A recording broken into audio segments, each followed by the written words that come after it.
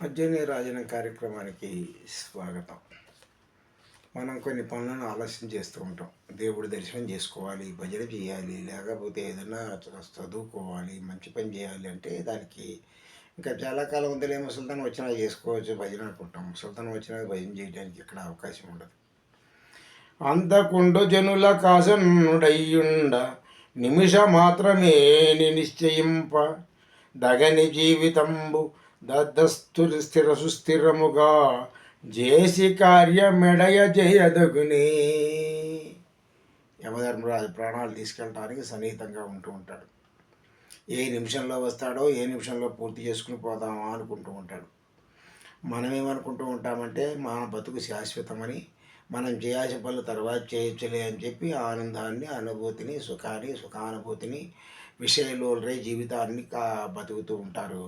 కాబట్టి చేయవలసినటువంటి మంచి పనులు ఆలస్యం చేయటం అనేటువంటిది తగదు.